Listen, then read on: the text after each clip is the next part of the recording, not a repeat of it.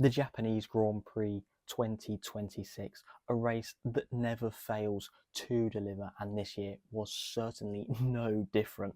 Kimi Antonelli, once again, a pole sitter, and once again, a race winner in Formula One. It's 2 for 2 now for Kimi Antonelli, and it was a good race.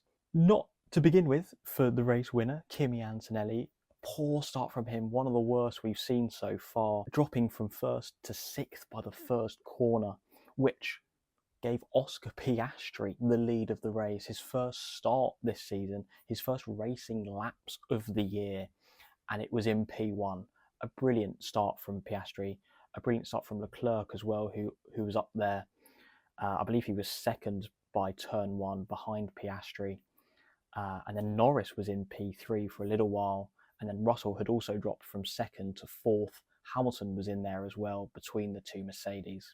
Despite his poor start, by lap 8 Russell was already back in the top 3, and for a moment he did think he was leading the race after passing Oscar Piastri down into the final corner on lap 8, but it was only for a few hundred metres, as by the time they got back to turn 1, Oscar was back in the lead of the race. The first of our 2 retirements in this race came on lap 22 in very dramatic fashion, as Ollie Bearman in the Haas flies off at Spoon Curve with an impact of 50 Gs into the barriers. He was attempting to pass Colapinto into the braking into Spoon Curve. Colapinto, don't know if he's seen him, but has moved ever so slightly to where Bearman is. Bearman's gone onto the grass to try, to avoid the Alpine and just smashing into the back of him, but has completely lost control of the car. It's bouncing as he goes over the grass, and it's straight into the barriers.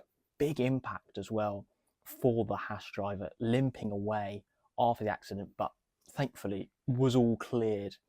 The second and final retirement of this race came on lap 31 when Lance Stroll was forced to pit with a water pressure issue. Now, it wasn't that bad for Aston Martin this weekend. They had one retirement, which actually for Aston Martin's a good race, but they did finish a whole race with Fernando Alonso. Unsure if he was touching his steering wheel the whole time or he was just sort of going hands-free, seeing what happens because of the vibrations, we don't know. But they did manage to finish a race distance at Aston Martin. So, the small wins there. Bearman's crash, of course, caused the safety car to be deployed. Now, significantly for this specific safety car in this specific race at this time, many of the drivers, including Russell, who is the key figure in this part of the race's law, had pitted the lap before Bearman's crash, so the lap before the safety car was deployed, alongside Piastri, who I believe, would have been leading the race. Russell would have been second. I believe Leclerc and Hamilton had also pitted in that time, and possibly Lando as well, but Antonelli didn't pit on the lap before the safety car. So he, after everyone's pitted in front of him, leads the race. The safety car then comes out, and Mercedes go, brilliant, well, you can have a free pit stop, basically, because of the timings, because everyone's slowing down. So the time it takes for a pit stop is basically cancelled out, because everyone's going a lot slower than they should be. So Antonelli gets a free stop, comes out in first, and then basically just disappears for the rest of the race. But George is very upset and is complaining a lot about how unlucky he is with the timing of that. Now, I think at the time when he was complaining, he was in third place, and that even Toto Wolff was on the radio being like, George, chill out, man.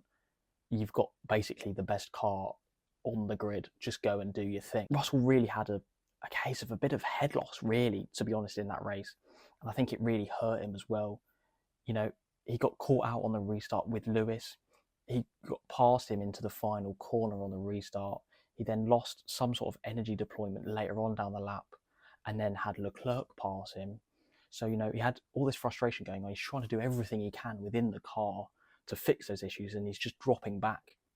But once again, the man of the hour, Kimi Antonelli, absolutely dominated the race after that safety car restart. I think he ended up finishing 15 seconds or something clear of second place Oscar Piastri. A dominant performance from Kimi, clearly the fastest driver there. Questions of whether Piastri could have won that race had the safety car not come out.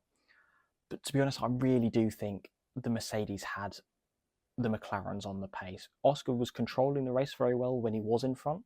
But I think eventually the Mercedes' pace would have really shown. I mean, Kimi finishing however many seconds ahead he did, I think showed that one of those Mercedes was going to win that race either way. It would have been a mighty defence from Piastri. If he did win that race, it would have been very impressive, but I still think the Mercedes are just that bit too quick at the minute, especially for the McLarens, to catch up to them and to be winning a race in that fashion. But with this second win of his career, Kimi Antonelli becomes the youngest ever world championship leader at 18 years old and a few hundred days. The previous record holder was Lewis Hamilton at 22 or 23, I think he was, when he first led the first title. And this is a record that this isn't one that's going to get broken anytime soon, unless I don't even who's younger than Kimi. I think Lindblad might be younger, so unless Lindblad starts winning a lot of races, this record isn't getting broken for many years to come. So what Lewis's would have been in 2007, so almost 20 years Lewis has had that record. I think this is going to be another one where this may never actually get broken again, unless someone comes in and is basically the next Antonelli or the next Verstappen, next Hamilton, and can dominate at such a young age in F1. But this, I don't think, this is going to be a record for a long time. So Antonelli has plenty of time to enjoy that record. So no racing in April, but we do return in May with the Miami Grand Prix.